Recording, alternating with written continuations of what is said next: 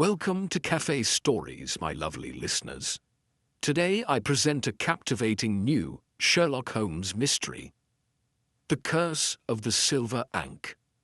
Will the brilliant detective unravel the deaths surrounding an ancient Egyptian relic? Or has he finally encountered a case beyond even his remarkable powers? As you embark on this Victorian adventure, please share in the comments where you're joining us from today. Let's get started. Sherlock Holmes and the Curse of the Silver Ankh. Chapter 1. A Visitor at Baker Street. It was in the latter part of November in that year of peculiar atmospheric disturbances which I have elsewhere chronicled as the Winter of the Black Fogs, when the singular case of the Silver Ankh was brought to the attention of my friend, Mr. Sherlock Holmes. The weather had been particularly inclement, even by London standards, with a persistent chill mist that seemed to penetrate to the very marrow of one's bones and transform the familiar streets of the metropolis into a labyrinth of shadows and uncertain forms. For some days Holmes had been in one of his introspective moods, dividing his time between long periods of silent contemplation, curled in his armchair with his pipe, and furious bursts of activity at his chemical corner. I had learned from long experience not to disturb him during these periods of mental fermentation, and had occupied myself with reviewing my case notes and occasionally glancing through the dampened windows of our lodgings at 221B Baker Street, where the gas lamps struggled valiantly against the encroaching gloom. It was shortly after 3 in the afternoon when Holmes suddenly broke the silence that had persisted between us for the better part of the day. "I wonder, Watson," said he, without looking up from the chemical apparatus he had been manipulating, "what would drive a man of science to believe in curses?" I looked up from my medical journal with some surprise. "That's a singular question, Holmes. I suppose some experiences might defy rational explanation even to the scientific mind." "Precisely," he replied, his keen grey eyes suddenly animated as he turned to face me. "And yet how often have we found that the most seemingly supernatural occurrences have perfectly natural, if ingenious, explanations?" Before I could formulate a response, we were interrupted by the sharp peal of the doorbell, followed shortly by Mrs. Hudson's familiar tread upon the stair. "A gentleman to see you, Mr. Holmes," announced our landlady as she opened the door. "Professor Benedict Carstairs." The man who entered our sitting room was tall and distinguished, with a neatly trimmed silver beard and the stooped shoulders of one who has spent many years bent over books and artifacts. Despite his apparent age, which I judged to be about 60, there was a vigor in his step and a keenness in his blue eyes that spoke of an active and disciplined mind.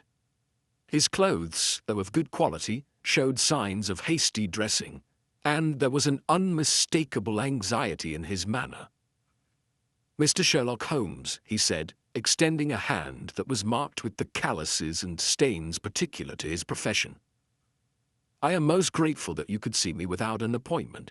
My situation has become quite desperate."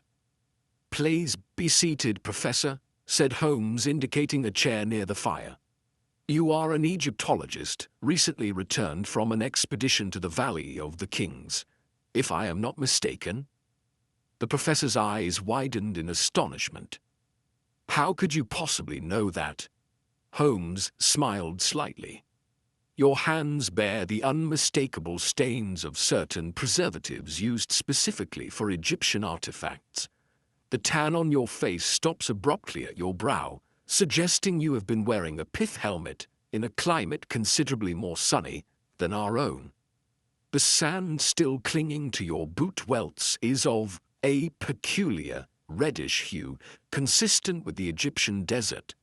And if I might be so bold, the small scarab beetle pin on your lapel rather gives the game away." "Remarkable," said the professor, shaking his head in wonderment. "You are everything they say you are, Mr. Holmes. Yes, I returned 3 weeks ago from an excavation near Luxor. And since then, sir, I have become convinced that I am a marked man. Marked? In what way? Inquired Holmes, his fingertips pressed together in that familiar gesture of concentration. The professor leaned forward, lowering his voice as if fearful of being overheard, though there was no one but ourselves to hear. By a curse, Mr. Holmes, a curse that has already claimed 2 lives. Pray continue, Professor Carstairs, said Holmes quietly. From the beginning, if you would be so good. The professor drew a deep breath to compose himself. Our expedition discovered a previously unknown tomb of a minor noble from the 18th dynasty. The tomb had been overlooked by previous explorers, hidden as it was beneath a rockfall.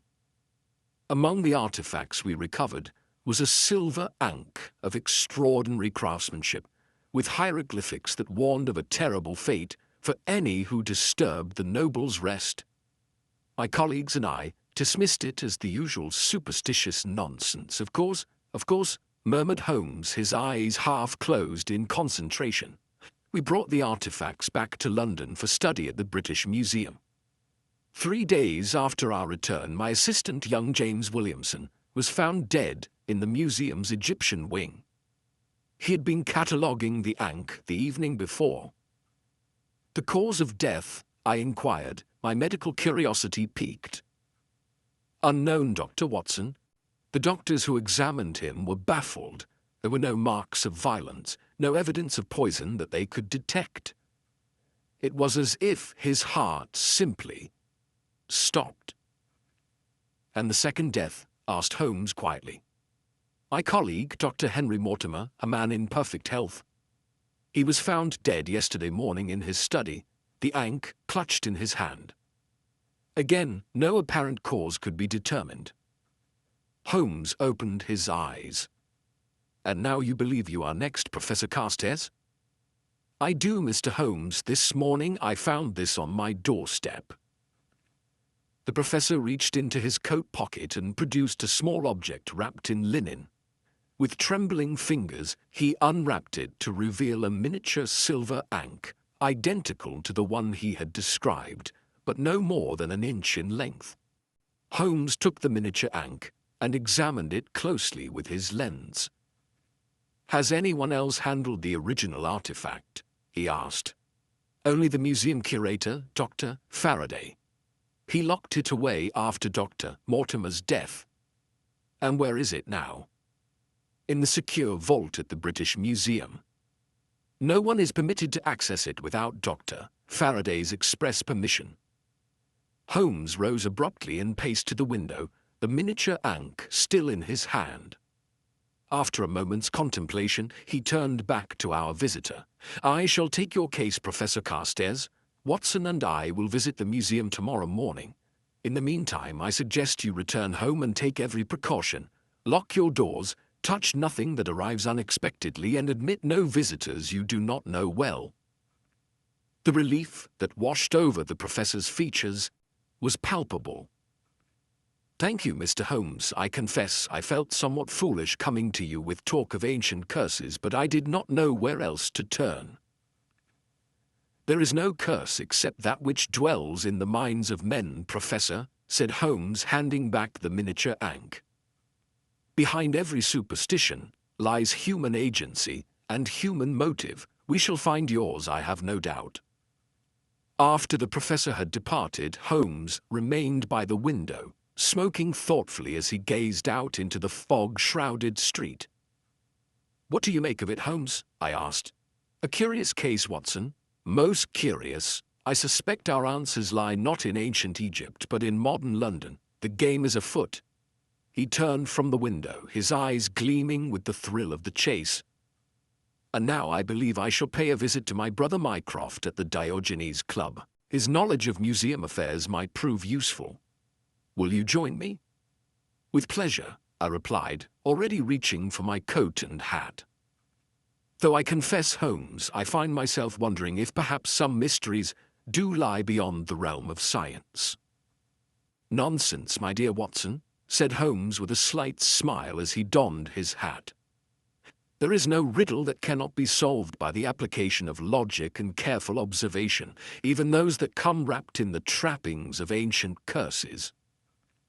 As we stepped out into the fog-laden streets, I could not help but wonder if my friend's confidence might, just this once, be misplaced. The image of the silver Ankh and the professor's tale of mysterious deaths had left an impression upon my mind that not even Holmes's rational assurances could entirely dispel. Chapter 2. The British Museum. The following morning dawned clear and cold, a welcome respite from the previous day's dreary fog, though the air retained that particular bite of a London winter that seems to penetrate even the warmest of garments. Holmes and I departed Baker Street shortly after breakfast, arriving at the imposing facade of the British Museum as the clock was striking 10. "We are expected, I believe," remarked Holmes to the attendant at the entrance, who nodded and directed us to an office in the East Wing. We were met there by Dr. Faraday, the curator of the Egyptian collection, a small, precise man with gold-rimmed spectacles perched upon a prominent nose and a perpetually worried expression that seemed to have deepened in recent days. His handshake was brief but firm, and he regarded us with a mixture of relief and apprehension. "His business with Professor Carstairs' expedition has been most distressing," he confided, as he led us through the grand hallways with their echoing marble floors. "The museum prides itself on scientific rigor, Mr. Holmes. Talk of curses does us no credit, and threatens to undo years of scholarly work dispelling such superstitions." "And yet 2 men are dead," Holmes remarked, his keen eyes taking in every detail of our surroundings, lingering occasionally on a display or a passing attendant. "Tell me, Dr. Faraday, were you acquainted with both of the deceased?" I knew Dr. Mortimer quite well. We had collaborated on several publications concerning Middle Kingdom funerary practices. A most meticulous scholar. Young Williamson I knew only by reputation, a promising scholar by all accounts with a particular gift for translating the more obscure hieratic scripts. We had reached the Egyptian wing, where massive stone pharaohs and sphinxes gazed impassively down upon us from their plinths, their expressions as inscrutable now as they had been when first carved thousands of years ago. The gallery was quiet at this early hour, with only a handful of visitors moving slowly among the glass cases, examining the myriad artifacts of that ancient civilization. "Where exactly was Williamson's body discovered?" Holmes asked, pausing beside a display of canopic jars painted with the likenesses of the 4 sons of Horus. "In the restoration room, just through there." Dr. Faraday pointed to an unobtrusive door at the end of the gallery, marked "Staff Only" in discreet gold lettering. He had been working late, cataloguing the new acquisitions from Professor Carstairs' expedition.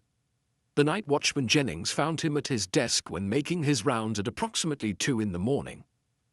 And the Ankh was on the desk beside him, apparently undisturbed. After the incident, I placed it in our secure vault, where it has remained except for when Dr. Mortimer requested to examine it. Holmes nodded thoughtfully. "I should like to see this vault and the Ankh itself, if you please." Dr. Faraday hesitated, his fingers unconsciously adjusting his spectacles. "The trustees have forbidden anyone to handle the artifact until this matter is resolved. There has been talk of returning it to Egypt." "I have no intention of handling it," Holmes assured him with a slight smile. "Merely observing. A visual examination will suffice for my present purposes." With evident reluctance, Dr. Faraday led us through a series of corridors to a heavy iron door guarded by a uniformed attendant. After exchanging a few words with the guard, he produced a ring of keys from his waistcoat pocket and unlocked the door, revealing a room lined with metal cabinets illuminated by electric lights, a modern innovation that had not yet reached many parts of London.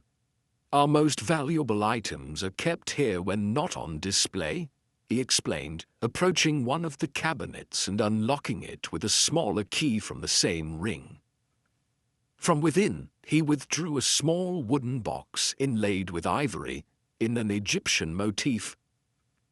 The silver Ankh of Amenhotep, he announced, placing the box on a central table and opening it with great care. The artifact resting on a bed of black velvet was indeed remarkable. No more than 6 inches in length, the Ankh was crafted from what appeared to be solid silver, its surface covered with tiny hieroglyphics, inlaid with small gemstones of lapis lazuli and carnelian, that caught the light with an almost hypnotic gleam. Holmes bent close to examine it without touching, his magnifying glass in hand. "Extraordinary craftsmanship," he murmured. "The silver has oxidized very little for an artifact of such antiquity." "That is one of its most remarkable features," Dr. Faraday agreed, adjusting his spectacles again. "The composition appears to be an alloy unknown to modern metallurgy. Professor Carstairs theorized that the ancient Egyptians possessed certain metalworking secrets that have been lost to time. And these inscriptions, have they been translated?" Holmes inquired, his glass hovering over the intricate hieroglyphics that spiraled around the loop of the Ankh. "Professor Carstairs completed a preliminary translation before his departure yesterday. The text speaks of protecting the noble in death and bringing a swift end to any who disturb his rest. Fairly standard funerary imprecations, though more specific than most, in its descriptions of the manner of death that would befall transgressors." "I should like to see the professor's notes if possible," said Holmes, straightening up. "They would be in his office at the university, I imagine. Or perhaps Dr. Mortimer kept a copy. He was most interested in the linguistic aspects of the text." Holmes closed his eyes for a moment, as if committing the Ankh's every detail to memory. "Thank you, Dr. Faraday. Now, if you would be so good as to show us where young Williamson was found." Dr. Faraday carefully returned the Ankh to its box, and locked it away once more, his movements betraying a certain nervousness that I had not observed previously. He led us back through the labyrinthine corridors to the door marked "Staff Only" that we had passed earlier. The restoration room was a large, well-lit space, filled with tables covered in various artifacts in different stages of cleaning and repair. Several white-coated assistants looked up curiously as we entered, but quickly returned to their work at a glance from Dr. Faraday. "Williamson worked at that table by the window," said the curator, indicating a currently unoccupied workspace beneath a large window that overlooked a small courtyard. "After the police concluded their investigation, we had the area thoroughly cleaned, of course." Holmes strode to the table and examined it closely, his fingers running lightly over its surface, then moved to the window and studied the view. "Who found the body precisely?" "Mr. Jennings, our night watchman. He makes his rounds every 2 hours and discovered the body at approximately 2 in the morning." "And Williamson was known to work late?" "Frequently. He was most dedicated to his work. The Egyptian artifacts held a particular fascination for him." "Were there any signs of forced entry that night? Any visitors recorded after hours?" Dr. Faraday shook his head. "None. The police were quite thorough in their investigation. The doors were all locked, the windows secured. No one entered or left the museum between the time when the last staff member departed at 7 and when Jennings found the body." Holmes turned from the window. "I should like to speak with this Mr. Jennings, and with anyone else who was present in the museum that evening." After interviewing the night watchman, a stolid, reliable man of middle years who could add little to what we already knew beyond confirming the time of his discovery and the undisturbed state of the room, and several other museum employees who had been among the last to leave that evening, Holmes declared himself satisfied for the moment. "Now, Watson, to Dr. Mortimer's residence," he said as we stepped out into the pale November sunlight. The pieces of this puzzle are scattered widely, I think. What's your impression so far, Holmes? I asked, as we hailed a hansom cab. That we are dealing with a most ingenious adversary, he replied, his eyes distant as he gazed up at the carved figures flanking the museum entrance. One who has carefully crafted the appearance of a supernatural agency to conceal very earthly motives. You suspect murder, then? I suspect nothing as yet, Watson. I merely observe and gather fact. But consider, 2 men connected to an Egyptian artifact die under mysterious circumstances with no apparent cause. The remaining members of the expedition fear an ancient curse. It is all most theatrical. The cab deposited us at a handsome townhouse in Kensington where we were received by Dr. Mortimer's housekeeper, a Mrs. Bridges, who was still visibly distressed by the events of the previous day. It was I who found him, sir, she told Holmes, dabbing at her eyes with a handkerchief, sitting at his desk as peaceful as you please, except that he was stone dead with that foreign trinket in his hand. Was it usual for Dr. Mortimer to have museum artifacts at home? Holmes inquired, his manner gentle but insistent. No, sir, most unusual. He was very particular about such things, was Dr. Mortimer. Said they belonged to the public, not in private homes. Yet the Ankh was here. Did he mention receiving it, or fetching it from the museum? Not to me, sir, but he did have a visitor the evening before. Holmes's eyebrows rose. Indeed? Who was this visitor? I couldn't say, sir. A gentleman, well-dressed. I showed him into the study and was dismissed. He stayed about an hour. Can you describe him? Mrs. Bridges frowned in concentration. Tall, with a beard, foreign-looking, I thought. But it was dark and I didn't see him clearly. I had retired before he left. Professor Carstairs, perhaps, I suggested. I couldn't say, sir.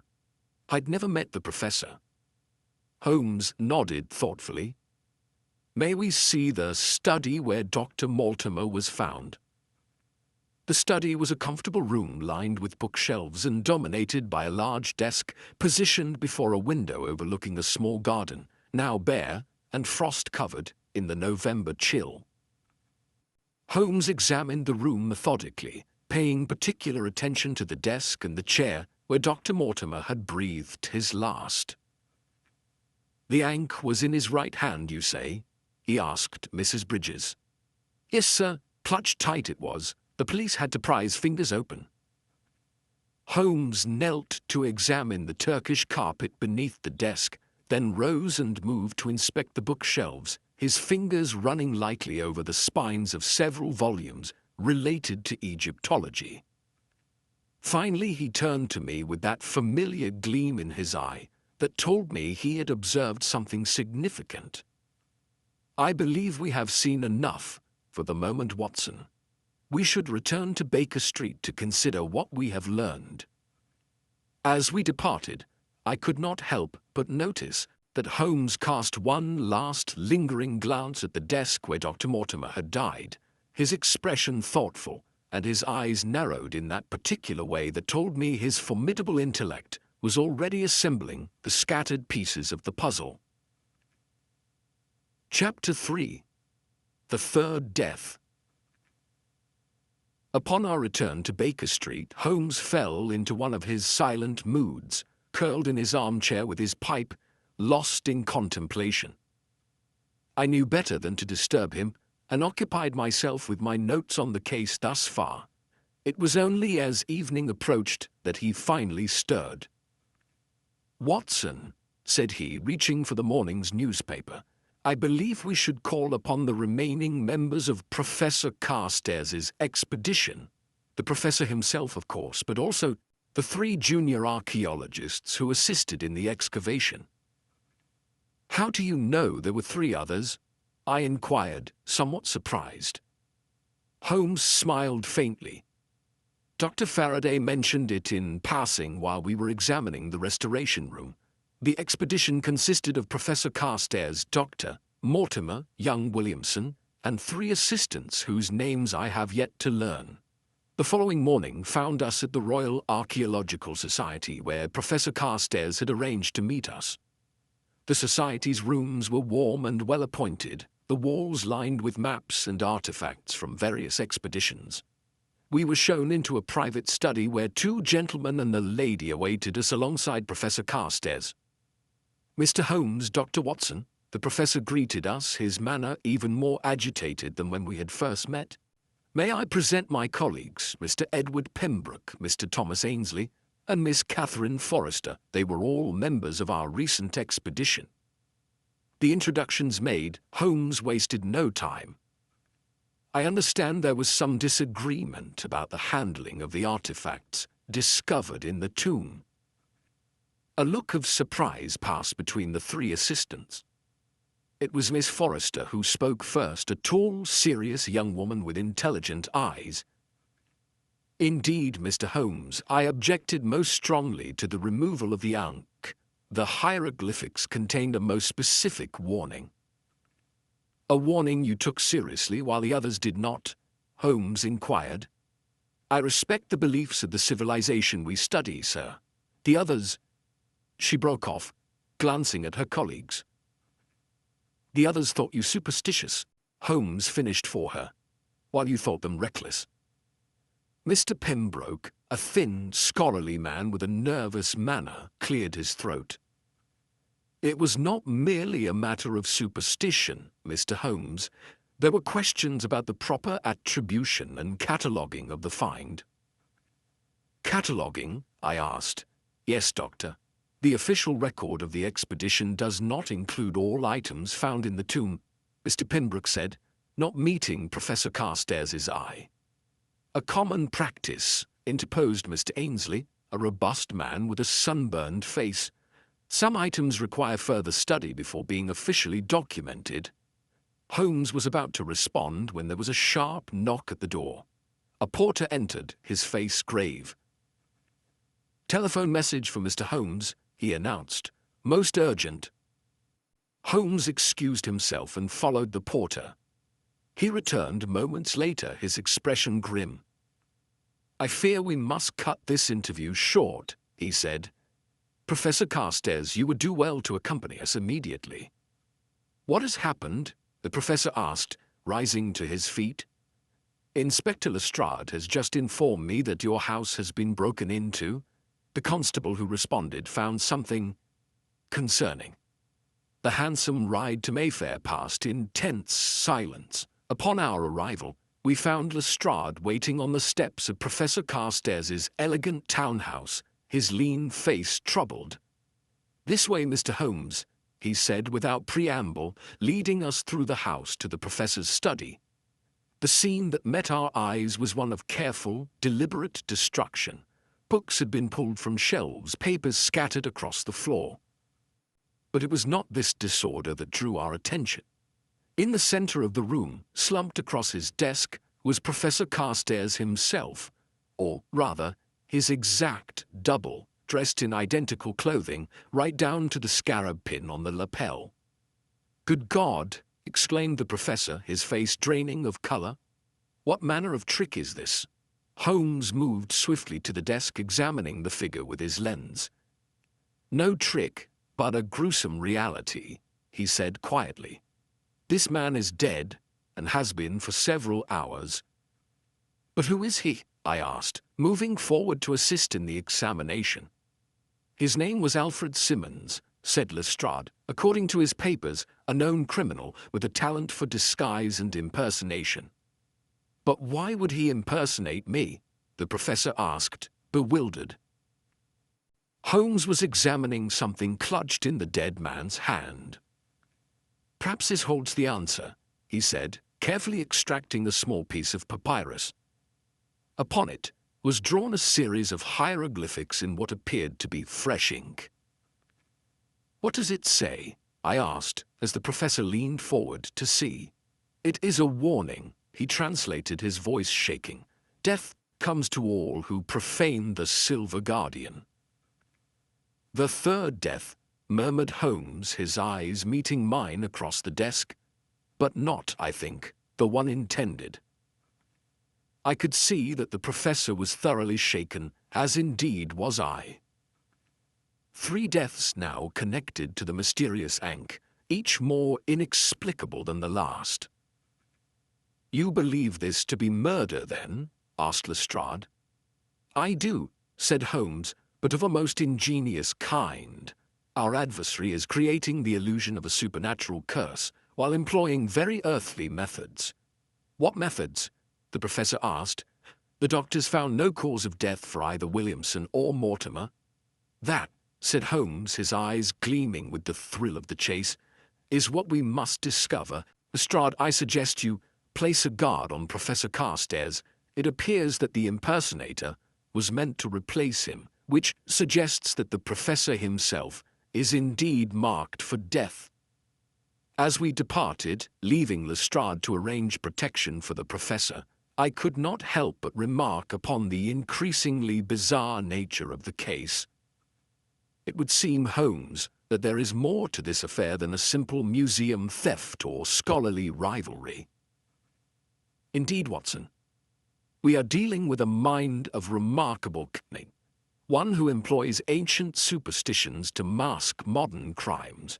But every criminal, no matter how clever, leaves traces of his work. We shall find this one's soon enough. Yet despite my friend's confidence, I could not shake the feeling that we were confronting something beyond our understanding, something that, in the words of the ancient warning, brought death to all who disturbed it. Chapter 4. The Widow's Tale. The following morning dawned grey and cold, with a biting easterly wind that cut through even the warmest of garments.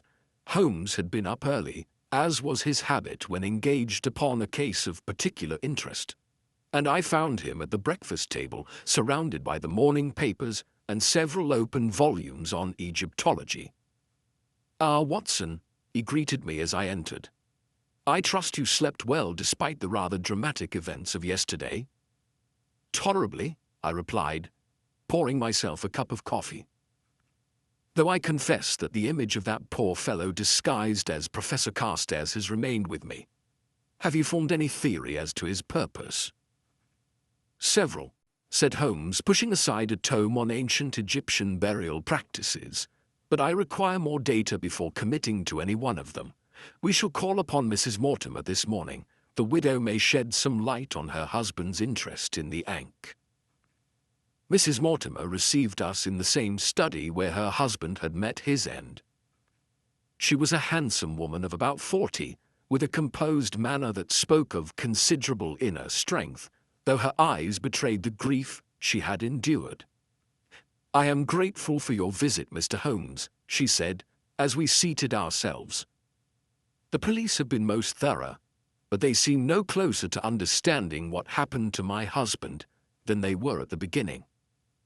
"Your husband's death is indeed perplexing," Holmes acknowledged. "I understand he had a particular interest in these silver Ankh recovered by Professor Carstairs' expedition." "Henry was fascinated by it," she confirmed.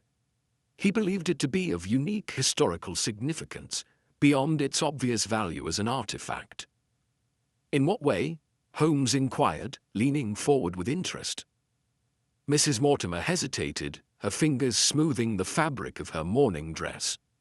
"I am not certain, I should say. Henry became most secretive about his work in those final days, but I believe it had something to do with the hieroglyphics upon the Ankh. He spent several nights translating them, consulting obscure reference works." She rose and crossed to a small writing desk in the corner. "This was among his papers. Perhaps it will be of use to you." She handed Holmes a folded sheet of paper covered in Dr. Mortimer's precise handwriting. Holmes examined it carefully, then passed it to me. It appeared to be a partial translation of hieroglyphics, with numerous annotations and question marks. "The guardian of the chamber reveals the path to—" "The next word is unclear," I read. "What chamber could this refer to?" "That was what Henry was attempting to discover," said Mrs. Mortimer. "He believed the Ankh was more than a mere funerary object. that it contained directions to something of great value. Did he share these theories with Professor Carstairs or the others? Holmes asked. Not entirely. There was some disagreement among the expedition members. Henry felt that certain discoveries should be reported immediately to the Egyptian authorities, while others were more interested in bringing everything back to England for study. I see, murmured Holmes. Mrs. Mortimer, your husband had a visitor the evening before his death. Did he mention who this might have been? A shadow passed across her face. He did not. I was visiting my sister in Kent that night. When I returned, the following morning, her voice faltered. But Henry had been receiving strange messages in the days before, notes delivered by hand with no sender identified. Have you preserved any of these messages? Only one. The others he destroyed. She crossed to the desk again and withdrew a small envelope from a drawer. This arrived the day before he died. Holmes took the envelope and extracted a single sheet of paper. Upon it was drawn a crude representation of an ankh, with a skull superimposed upon it. There was no written message. A crude attempt at intimidation, Holmes remarked, pocketing the note. Mrs. Mortimer, did your husband ever mention the goddess Sekhmet in connection with the Ankh? She looked surprised. Why, yes, he said the hieroglyphics contained a reference to her as the destroyer of the defilers. How did you know? A conjecture, said Holmes, rising. Thank you for your assistance, Mrs. Mortimer. You have been most helpful. After taking our leave, Holmes suggested we visit the London Library, where he wished to consult certain references on Egyptian mythology. While he immersed himself in research, I took the opportunity to expand my own knowledge of the subject, focusing particularly on the goddess Sekhmet that Holmes had mentioned. What I discovered was most illuminating. Sekhmet, it appeared, was a goddess of both healing and vengeance. Often depicted as a lioness, she was considered a protector of the pharaohs and was believed to destroy the enemies of Egypt with fiery arrows that brought plague and death. Most intriguingly, she was associated with a particular form of divine retribution that left no mark upon its victims. Their hearts simply ceased to beat. Holmes, I said, showing him the passage, this description bears a remarkable similarity to the manner of death experienced by both Williamson and Dr. Mortimer. Indeed, said Holmes, his eyes gleaming. And observe this. He pointed to an illustration in his own volume. The priests of Sekhmet were known to wear silver ankhs as symbols of their authority. They were also renowned for their knowledge of poisons and their antidotes. You believe the deaths were caused by poison? A poison unknown to conventional medical science, perhaps, or administered in a manner so subtle that it left no trace. Holmes closed his book decisively. There is a connection here, Watson, between all three victims beyond their association with the expedition. What connection? Consider, Williamson was cataloguing the Ankh. Mortimer was translating the hieroglyphics upon it. And Simmons was disguised as Professor Carstairs, the leader of the expedition. What links them?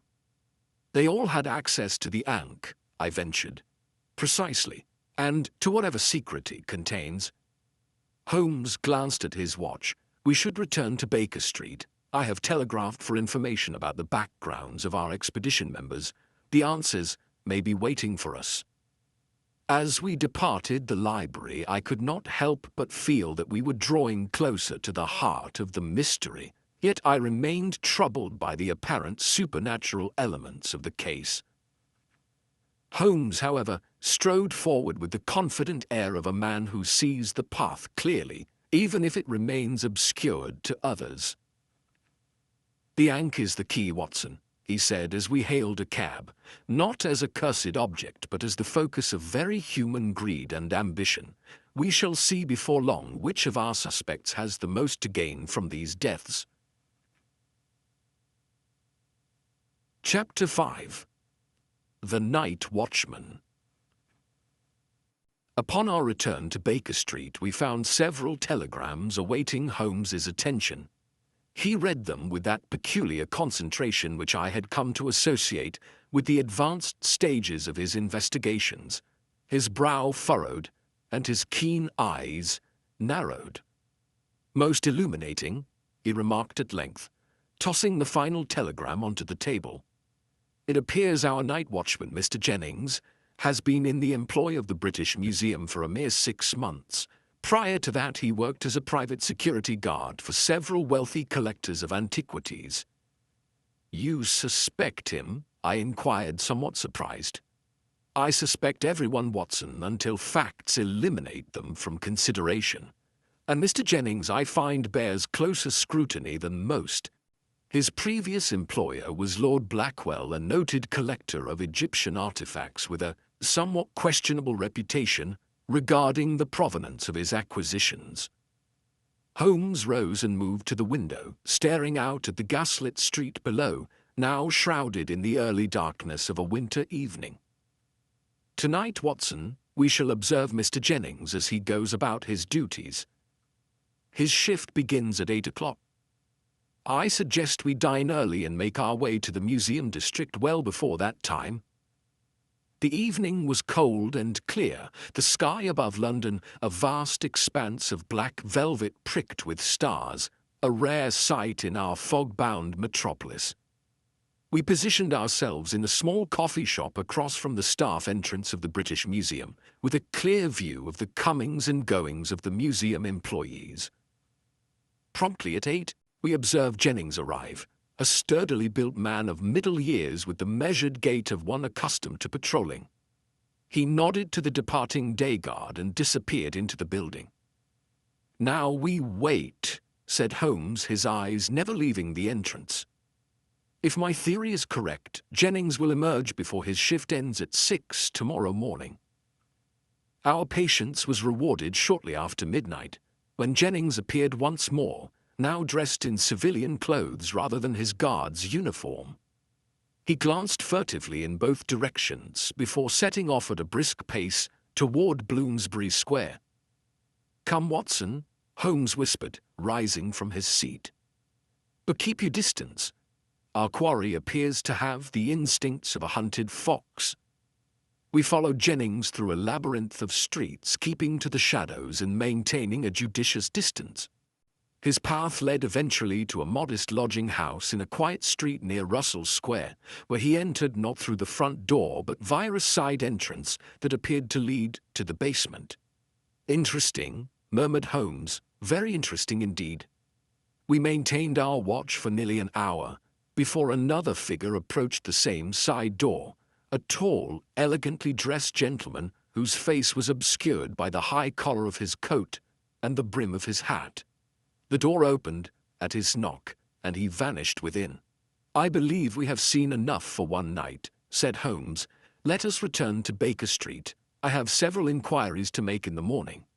The following day found Holmes dispatching a series of telegrams before breakfast was even concluded. He then announced his intention to visit Scotland Yard to consult with Inspector Lestrade. "And what shall I do?" I inquired. "I should be most grateful if you would return to the British Museum, Watson. Keep our friend Dr. Faraday engaged in conversation regarding the security of the Egyptian collection. Pay particular attention to his knowledge of the night watchman's schedule and responsibilities." I duly made my way to the museum, where I found Dr. Faraday in a state of considerable agitation. The news of Simmons's death, disguised as Professor Carstairs, had reached the institution, and there was much nervous speculation among the staff. "It is most disturbing, Dr. Watson," Faraday confided as he showed me the recent additions to the Egyptian gallery. "First Williamson, then Dr. Mortimer, now this impostor. and all connected to our unfortunate Ankh. The police believe the deaths to be the work of human agency, not supernatural forces, I assured him. Of course, he said, quickly. But you must admit the circumstances are most unusual. The manner of death, the absence of any obvious cause. I understand Mr. Jennings was the one who discovered Williamson's body, I remarked as casually as I could manage. Yes, during his regular rounds, a most reliable man, Jennings, always punctual, always thorough. Has he been with the museum long? About 6 months, I believe. Came with excellent references from his previous position. With Lord Blackwell, was it not? Faraday looked surprised. Why, yes, how did you know? Mr. Holmes makes it his business to know such things, I replied. Tell me, Dr. Faraday, is it usual for your night watchmen to leave the premises during their shifts? A flicker of alarm crossed his features. Certainly not. That would be grounds for immediate dismissal. Are you suggesting that Jennings— I merely ask out of curiosity, I assured him. Security procedures interest me. When I reported this conversation to Holmes upon his return from Scotland Yard, he listened with evident satisfaction. Excellent, Watson. You have confirmed my suspicions. Jennings is not what he appears to be. Lestrade has provided me with some additional information that may be of interest. It seems that Lord Blackwell is currently in Egypt, but his private secretary, a Mr. Graves, is known to reside near Russell Square. The visitor to the lodging house? Almost certainly, and there is more. Before his employment with the museum, Jennings worked briefly for a pharmaceutical company specializing in exotic botanicals, many sourced from North Africa. You believe he has knowledge of poisons? It is a possibility we cannot discount, said Holmes, filling his pipe with his favored shag tobacco. But the true question is, what is Jennings's role in our drama? Is he merely a paid agent, or does he have a more personal stake in the matter? Could he be working with Dr. Faraday? I suggested. The curator seemed genuinely alarmed when I implied Jennings might be leaving his post. Or he is an accomplished actor, Holmes replied. No, Watson, I believe our next step is clear. We must discover what Jennings and his mysterious visitor discussed last night, and what connection they have to our silver Ankh. And to do that, we shall need to pay a visit to those basement lodgings after nightfall. As dusk approached, I found myself once again contemplating the increasingly complex web of our investigation. What had begun as a seemingly supernatural curse had transformed into a tangled skein of deception, greed, and murder. And at its center lay the enigmatic silver Ankh, its ancient secrets yet to be fully revealed. Chapter 6. The Hidden Chamber. The evening brought with it a penetrating chill and a thin mist that clung to the streets like a spectral shroud. Holmes and I left Baker Street shortly after 9 o'clock, making our way toward the British Museum through the gaslit thoroughfares of London. My friend was unusually silent, his lean face set in an expression of intense concentration. I have been reviewing Professor Carstairs' notes, he said abruptly as we turned into Great Russell Street. There was a passage concerning the architectural structure of the tomb that I found most suggestive. In what way? I inquired. The tomb contained a curious feature, a false door that, when properly manipulated, revealed a narrow passage leading to a small antechamber. It was in this antechamber that the silver Ankh was discovered. You believe this feature has some bearing on our case? I believe, Watson, that we should examine the museum with similar architectural possibilities in mind. The silver Ankh was not merely a decorative object, it was a key. We approached the museum not by the main entrance, but through a side door that Holmes assured me would be unlocked. How he came by this knowledge I did not inquire, having long since learned that my friend's methods sometimes skirted the edges of propriety in the pursuit of justice. True to his prediction, the door yielded to his touch, and we found ourselves in a narrow service corridor, illuminated only by the beam of Holmes's dark lantern. "Jennings will be making his rounds of the main galleries at this hour," Holmes whispered. "We must proceed to the Egyptian wing with all possible stealth." The museum after hours was a place of eerie stillness, the ancient artifacts casting grotesque shadows upon the walls as we passed. The Egyptian gallery, when we reached it, was bathed in pale moonlight from the high windows, giving the stone faces of pharaohs and gods an unsettling semblance of life. Holmes moved directly to the far corner of the gallery, where several massive stone blocks from a dismantled temple had been arranged in a partial reconstruction. "Observe these joints," he murmured, his fingers tracing the seam between two blocks. "There is a discrepancy here that does not match the original architectural plans." He pressed firmly upon a particular hieroglyph, the symbol for hidden or concealed, I later learned, and there was a faint click. To my astonishment, a section of the wall swung inward, revealing a narrow aperture just wide enough for a man to pass through. "How did you know?" I whispered, amazed at this revelation. "The dust pattern on the floor, Watson, regular disturbance in this precise spot, despite it being an area rarely approached by visitors, and see here." He pointed to a minute scratch upon the stone. The mark of a key, similar in design to our silver Ankh.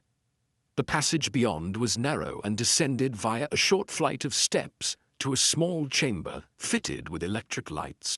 A jarringly modern touch in this ancient setting. The room contained a work table strewn with tools, several crates, and most remarkably, what appeared to be fragments of Egyptian artifacts in various stages of reproduction. "Forgeries," said Holmes, examining a partially completed statuette, "and of exceptional quality." But my attention had been caught by something else, a large chart pinned to the wall depicting what appeared to be the layout of a tomb, with numerous annotations in a cramped, scholarly hand. "Holmes," I said, "look at this. Could it be the true find of Professor Carstairs' expedition?" Holmes finished, studying the chart intently. "Not the tomb of a minor noble, but if I'm not mistaken, the burial site of one of Ramesses III's favored architects, a man rumored to have been entombed with plans of certain hidden chambers in the Great Pyramid itself." "Such information would be of incalculable value," I remarked. "To archaeologists and scholars, certainly, but also to those who seek treasures yet undiscovered." Holmes continued his examination of the room, opening drawers and inspecting their contents with methodical precision. "Ah, what have we here?" From a locked cabinet, which yielded readily to his skill with lockpicks, he withdrew a small leather-bound journal. Opening it, he nodded with satisfaction. "Dr. Mortimer's private expedition diary, not the official one, submitted to the Royal Archaeological Society. Listen to this entry. C insists we withhold the tomb plans from the official report. F agrees, citing concerns about treasure hunters, but I suspect his motives are far from academic. The Ankh is the key to more than just the antechamber. It contains directions to the architect's greatest secret." "C would be Professor Carstairs," I said. "But who is F?" "Faraday," said Holmes grimly. "Our museum curator has been playing a deeper game than we realized." Further exploration of the hidden chamber revealed a small safe concealed behind a stack of crates. Holmes applied his ear to it and delicately manipulated the dial. "Simple," he murmured as the door swung open. Within lay several items, a small wooden box similar to the one that had contained the silver Ankh, a packet of letters, and a glass vial containing a fine, greenish powder. Holmes carefully unstoppered the vial and wafted a minute portion of its contents. toward his nose, then hastily resealed it. "As I suspected," he said, "an extract of a rare Egyptian plant mentioned in certain obscure papyri as the breath of Sekhmet. When properly prepared, it induces a swift and virtually undetectable cardiac arrest."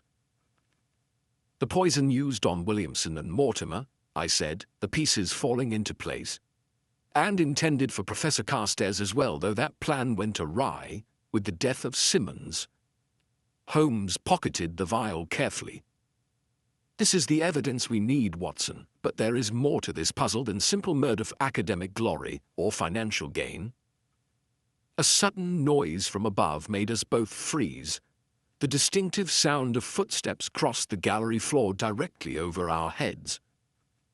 "Jennings making his rounds," Holmes whispered.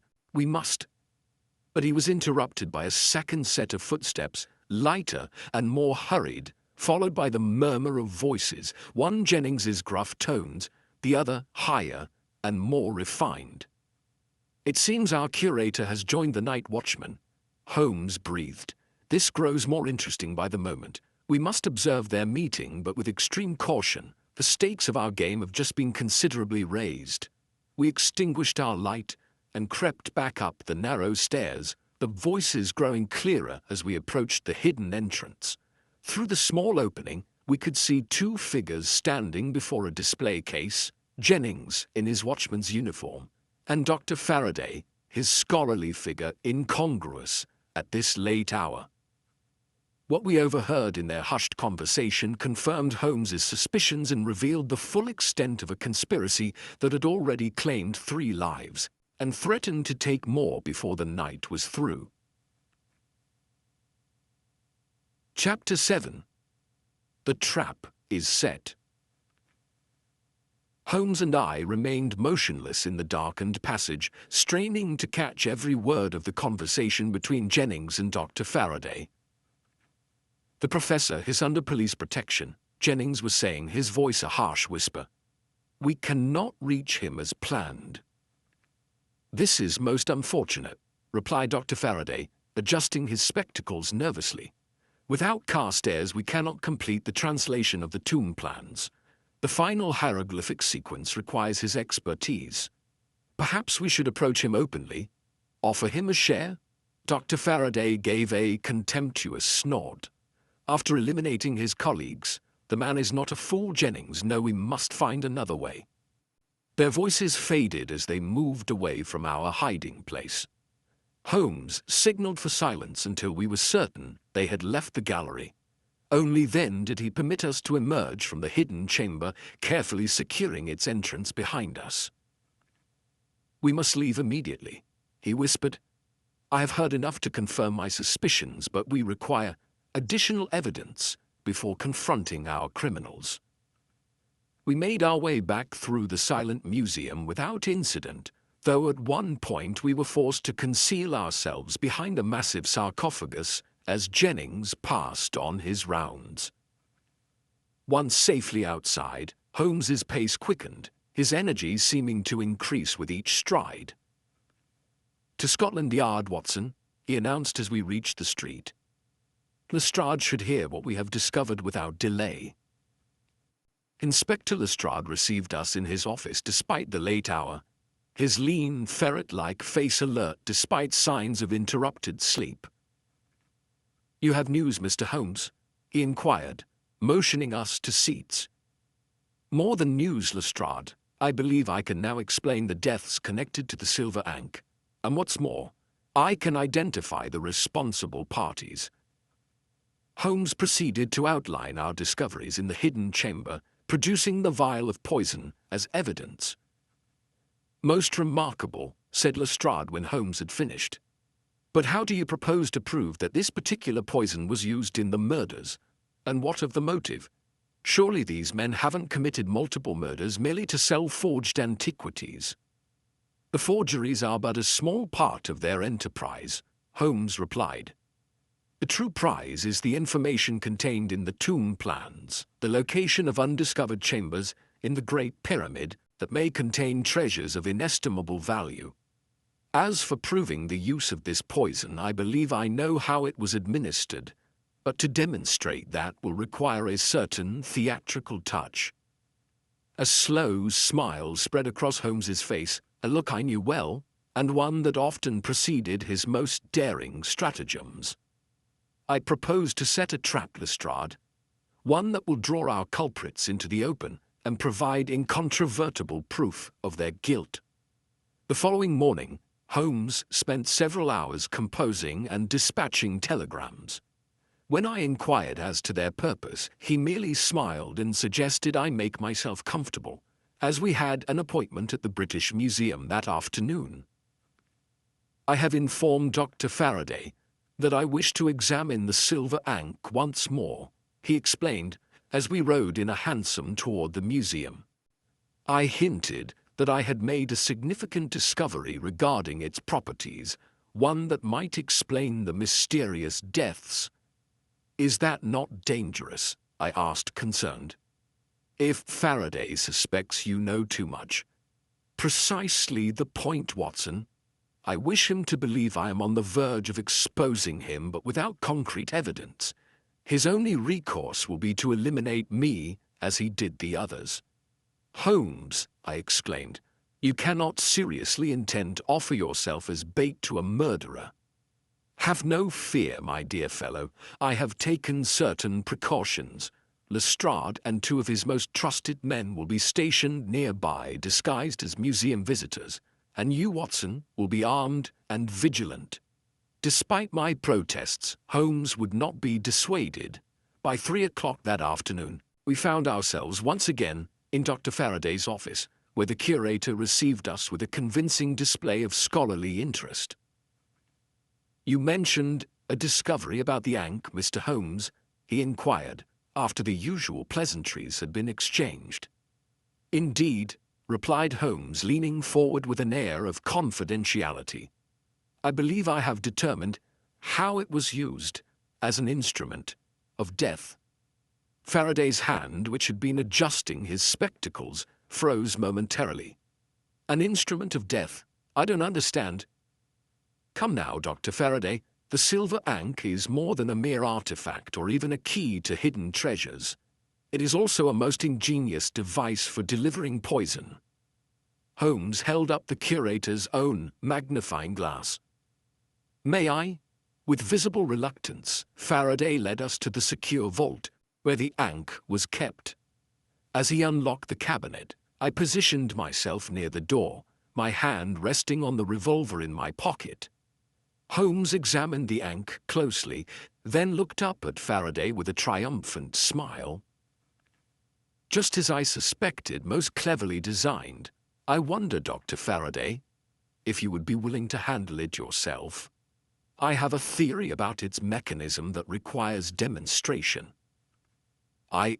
That is," Faraday stammered, beads of perspiration forming on his brow. "The trustees have forbidden handling of the artifact." "How curious," said Holmes. "Yet Dr. Mortimer handled it, did he not? And young Williamson? I wonder if they activated its mechanism inadvertently or if someone—" His voice trailed off significantly. The curator's face had gone quite pale. "Mr. Holmes, I really must insist that I say no more," Holmes finished for him. "Too late for that, I fear. I have already shared my findings with Inspector Lestrade.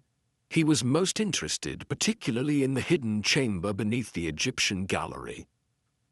Faraday's composure crumbled visibly.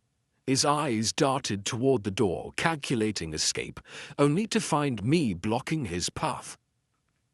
"It's over, Faraday," said Holmes quietly. "Jennings has already been apprehended, and Lord Blackwell's secretary has provided a full statement regarding your arrangement. The only question that remains is how exactly you implemented your ingenious method of murder." For a moment I thought the curator might surrender peacefully. Instead, with a sudden, desperate movement, he seized the ankh from its velvet nest and lunged at Holmes. What happened next occurred with such rapidity that my recollection remains somewhat confused. Holmes sidestepped the attack with the agility of a practiced boxer. There was a flash of silver as the Ankh slashed through the air, missing Holmes, but striking a glancing blow to my arm as I moved to intercept Faraday.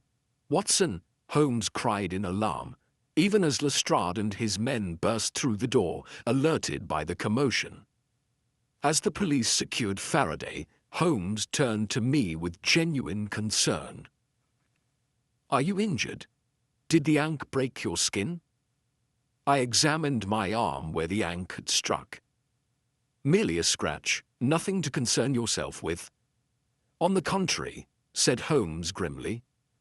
"That scratch may be of the utmost concern. Come, we must act quickly. The game is not yet finished." Chapter 8. The Silver Revelation. "Hold him securely," Holmes commanded as Lestrade and his men restrained the struggling curator. "And for heaven's sake, do not let him near that Ankh again." My friend turned to me with an expression of genuine concern that I had rarely seen upon his features. He examined the scratch upon my arm with meticulous care, then produced from his pocket a small vial containing a yellowish powder. "Swallow this immediately, Watson," he instructed, mixing the powder with water from a carafe on Faraday's desk. "It is the antidote to the breath of Sekhmet." I took the precaution of having it prepared after our discovery in the hidden chamber. I complied without question, though the mixture had a bitterness that made me grimace. "You knew," said Faraday, ceasing his struggles and regarding Holmes with a mixture of hatred and reluctant admiration. "You knew how the Ankh worked." "I deduced it," Holmes replied, his attention still focused on my well-being. "A most ingenious device, though hardly of ancient origin. The Ankh's hollow stem contains a reservoir of poison, and its crosspiece conceals a mechanism for delivering it through microscopic channels in the metal. A mere scratch is sufficient to introduce the toxin into the bloodstream." "But how did you know I would attempt to use it against you?" Faraday demanded. Holmes smiled thinly. "Because, Dr. Faraday, I gave you no alternative. Your plan to eliminate Professor Carstairs had failed with the unfortunate death of your hired impersonator. You knew that I was close to unraveling your scheme. The temptation to eliminate me with the same method that had served you twice before would be irresistible." "And you risked Dr. Watson's life on this deduction?" Lestrade asked incredulously. "Not at all," Holmes assured him. "I anticipated that Faraday would target me specifically, and I was prepared to evade his attack. Watson's injury was an unfortunate accident. Fortunately, I had taken the precaution of bringing the antidote." By this time, I was feeling the effects of the antidote. A curious warmth spreading through my limbs, dispelling the numbness that I had not even realized was beginning to affect me. "I believe," said Holmes, observing my improving condition with evident relief, "that we should continue this conversation at Scotland Yard, where Dr. Faraday can provide us with a full account of his remarkably intricate conspiracy." The scene at Scotland Yard that evening was one I shall not soon forget. Professor Carstairs had been summoned along with the remaining members of his expedition. Jennings sat in surly silence in one corner, while Lord Blackwell's secretary, a nervous man named Graves, had been persuaded to turn Queen's evidence in exchange for leniency. "And now, Mr. Holmes," said Lestrade when all were assembled, "perhaps you would be good enough to explain precisely what has been occurring. 3 deaths, a hidden chamber of forgeries, an ancient Egyptian artifact, and a plot involving tomb plans. It is all most bewildering." "The case is complex, but the underlying motives are simple enough," Holmes began, standing before the fireplace in Lestrade's office. "Greed, ambition, and the lure of archaeological fame. It began, as so many crimes do, with an unexpected opportunity." He turned to Professor Carstairs. Your expedition discovered not merely the tomb of a minor noble, but something far more significant. The burial place of one of Rameses II's master architects, containing plans to hidden chambers within the Great Pyramid itself. Chambers that, if the hieroglyphics are to be believed, contain treasures that have remained undisturbed for thousands of years. Carstairs nodded gravely. We had intended to report the discovery to the Egyptian authorities after completing our translation and analysis. The historical significance alone would have ensured our professional reputations. But not everyone on your expedition shared your scholarly patience. Holmes continued. Dr. Faraday saw an opportunity for more immediate and substantial gain. As curator of the Egyptian collection, he was in a unique position to access and study the artifacts, including the silver Ankh, which served as a key to deciphering the tomb plans. "But why murder?" asked Lestrade. "Surely scholarly disagreement doesn't warrant such extreme measures." "It was not merely disagreement," Holmes explained. "Young Williamson discovered Dr. Faraday's forgery operation. For years, Faraday had been creating perfect replicas of minor artifacts, selling the originals to private collectors like Lord Blackwell through intermediaries such as Jennings and Graves. Williamson threatened exposure. So Faraday eliminated him using the Ankh. I interjected, rubbing my arm where the scratch was now merely a faint red line. "Precisely, Watson. The Ankh itself was genuine, but Faraday had modified it, creating a hollow chamber in the stem that could be filled with poison. When pressed in a particular way, tiny needles would protrude briefly from the surface, enough to deliver a fatal dose without leaving noticeable marks." "And Dr. Mortimer," asked Professor Carstairs, "had begun to suspect Faraday's involvement in Williamson's death. He had also made significant progress in translating the tomb plans without sharing his findings with Faraday. He became the second victim, again with the Ankh as the murder weapon." "The imposter who died in my study, Simmons, was it?" the professor inquired. "That was an error in execution," Holmes replied. "Faraday had hired Simmons to impersonate you, intending to replace you temporarily to gain access to your notes and translations. Something went wrong. Perhaps Simmons became greedy or threatened exposure. And Faraday eliminated him as well, though not with the Ankh this time. A more conventional poison was used, and the hieroglyphic warning left as a theatrical touch to maintain the illusion of a curse." Dr. Faraday, who had remained silent throughout Holmes's exposition, suddenly rose to his feet with such violence that his chair crashed to the floor behind him. Before anyone could react, he had seized a decorative letter opener from Lestrade's desk and lunged at Holmes. "You've ruined everything," he snarled, his scholarly demeanor completely vanished. "Years of planning, a fortune within my grasp." I moved to intercept him, but Holmes was faster. With a swift sidestep and a precise blow that I recognized from his days in the boxing ring, he sent Faraday sprawling. Lestrade and his men were upon the curator in an instant, restraining him as he continued to rage. "Those treasures were meant for museums, for scholarship," Professor Carstairs exclaimed, visibly shaken by the curator's transformation. "They were meant for me," Faraday shouted, struggling against the handcuffs being applied to his wrists. "I spent my life cataloguing other men's discoveries, preserving other men's treasures. This was to be my legacy, my fortune." "Your legacy will be rather different, I fear," said Holmes coldly. 3 deaths and a conspiracy to plunder archaeological treasures. The courts take a dim view of such enterprises." As Faraday was led away, still hurling invective, Holmes turned to Professor Carstairs. "I would suggest, Professor, that the silver Ankh be returned to Egypt along with the tomb plans. Some treasures are perhaps best left undisturbed."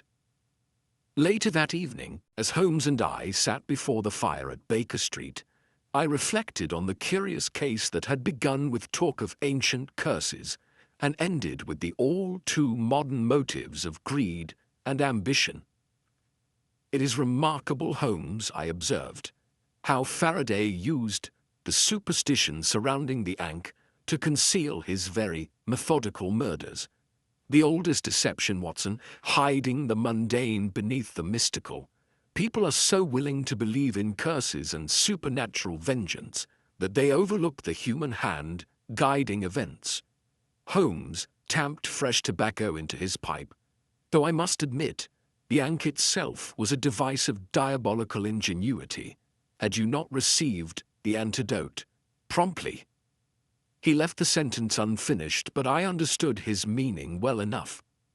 Once again, my friend's foresight and deductive reasoning had not merely solved a complex mystery, but had saved lives, including, quite possibly, my own. To think, I mused, that an artifact meant to symbolize life could be transformed into such an effective instrument of death. A fitting metaphor for the case itself, replied Holmes, his eyes reflecting the dancing flames of the fire. The promise of discovering ancient secrets led to decidedly modern crimes. The silver Ankh remains in its way a symbol of both life and death, much as it was for the ancient Egyptians themselves. And with that philosophical observation, the curious case of the silver Ankh came to its conclusion. A fortnight after the dramatic events at Scotland Yard, Holmes and I sat at breakfast in our Baker Street lodgings, perusing the morning papers.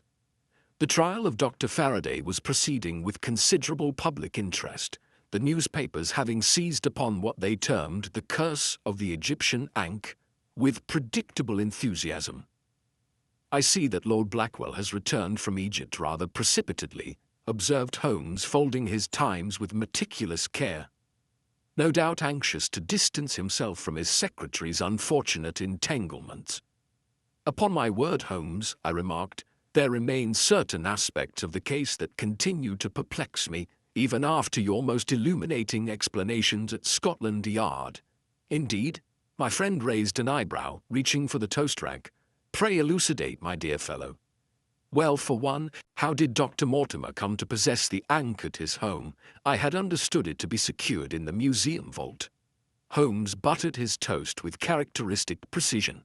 "Ah, yes. Dr. Faraday, in his full confession, admitted to signing out the artifact to Dr. Mortimer for additional study, a privilege occasionally extended to senior scholars. The museum ledger confirmed this, though Faraday had initially concealed this fact from us, no doubt to obscure his complicity." "I see. And what of Professor Carstairs? Dr. Faraday mentioned his departure, yet he was present at the Archaeological Society." "A deliberate falsehood on Faraday's part," replied Holmes, his grey eyes glinting. "He wished us to believe that Carstairs was unavailable, hoping to delay our consultation with him. In truth, the professor had merely stepped away from the museum temporarily to deliver his preliminary findings to the society." I nodded, recalling another curiosity. "And Simmons, the unfortunate impostor, you mentioned at Scotland Yard that he was not killed by the Ankh's poison?" "Indeed not. The forensic examination completed after our confrontation with Faraday revealed traces of a more conventional toxin, prussic acid. Faraday admitted employing different means for Simmons, as he feared using the Ankh too frequently might draw attention to the specific mechanism of death." "Most ingenious," I murmured. "And the antidote you administered to me? Its yellowish hue differed from the greenish powder we discovered." Holmes set down his cup with deliberate care. "The breath of Sekhmet is transformed in color when processed for use. The raw material appears green, while the antidote, derived from the same plant but treated differently, presents as yellow. A detail I gleaned from Dr. Mortimer's private notes, which fortuitously included research on historical Egyptian antidotes." A comfortable silence fell between us, broken only by the crackling of the fire and the distant sounds of Baker Street beyond our windows. "I must say, Holmes," I ventured after a moment, "Inspector Lestrade conducted himself with remarkable efficiency throughout. His timely intervention in the museum vault may well have saved both our lives." "Lestrade has his qualities," Holmes conceded with uncharacteristic generosity. Though I might wish for greater acuity of mind, one cannot fault his dedication. His men had surrounded the room at my signal, bursting in precisely as Faraday made his desperate lunge. Their restraint of the good doctor was somewhat clumsy but effective. And Mrs. Bridges, she spoke as though she had discovered Dr. Mortimer's body only the previous day, when in fact it had been 2 days prior. Holmes finished for me. The poor woman was quite distraught, Watson. Grief has a curious effect upon one's perception of time. In her distressed state, the discovery seemed as immediate as if it had just occurred. I nodded, satisfied with these explanations. It is a comfort to know that Professor Carstairs followed your advice regarding the tomb plans. Indeed, the plans in the Ankh have been returned to Cairo, where they shall remain under the auspices of the Egyptian Antiquities Service. Some secrets, as I remarked at the time, are perhaps best left to their ancient guardians. Holmes rose and moved to the window, his tall, lean figure silhouetted against the morning light. The silver Ankh has claimed its final victim in Dr. Faraday, a man who sought to twist an ancient symbol of life to serve death, only to find himself entangled in the very web he wove. A fitting epitaph for the case, I observed. And a reminder, my dear Watson, said Holmes, turning from the window with a slight smile, that while ancient curses may belong to the realm of superstition, the human capacity for ingenious villainy remains eternally modern. Thank you for tuning in. I hope you enjoyed the story. Please subscribe to the channel. Your support keeps me motivated to continue sharing these classic detective stories. Until next time, goodbye from Alfie at Cafe Stories.